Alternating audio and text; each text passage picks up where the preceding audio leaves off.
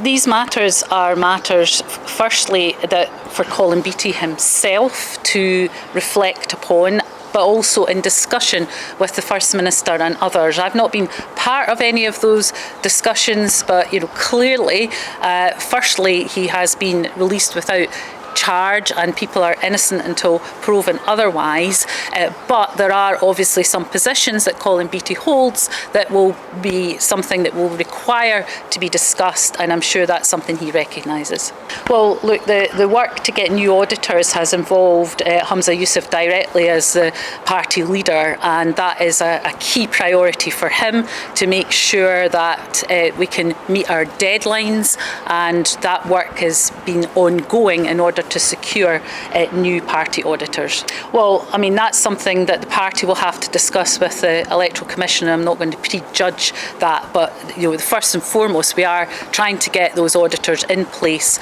by the deadline, and that's the priority. Well, of course, it's frustrating that we are not able to talk as much as we would like about the priorities that were set out in the prospectus yesterday, and I think households and people who are struggling, we've seen the inflation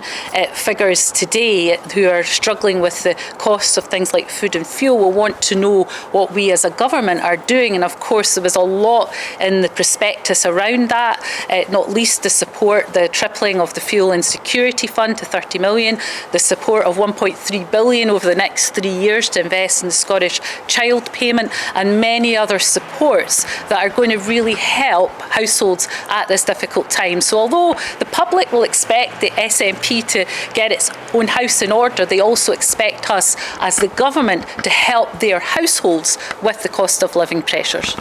Well, look, my day-to-day job and the focus of my attention is on making sure, firstly, that we have a budget that is balanced, and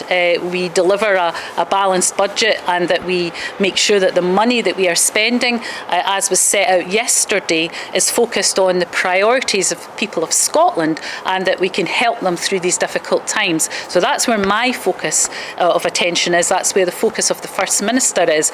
Meanwhile, though, we need to sort out the governance issues in the party, and that has been set out in terms of how that will happen, and we will get beyond that so that we can dedicate 100% of our time on the issues that matter to the people of Scotland. Well, I'm not going to comment on the internal workings of the NEC. I'm not a member of the NEC, and I'm not a party official, so I don't know what discussions went on. What I do know is a good piece of work that was done by Keith Brown, and that is ready to be implemented, or many aspects of it are ready to be implemented, and I think that's a good starting point. There'll be other things that need to be done as well, but I think that's a good starting point. So we're not actually starting from scratch here. And part of the governance review will be how the NEC works, how the party makes sure that it governs itself in a way that is open and transparent.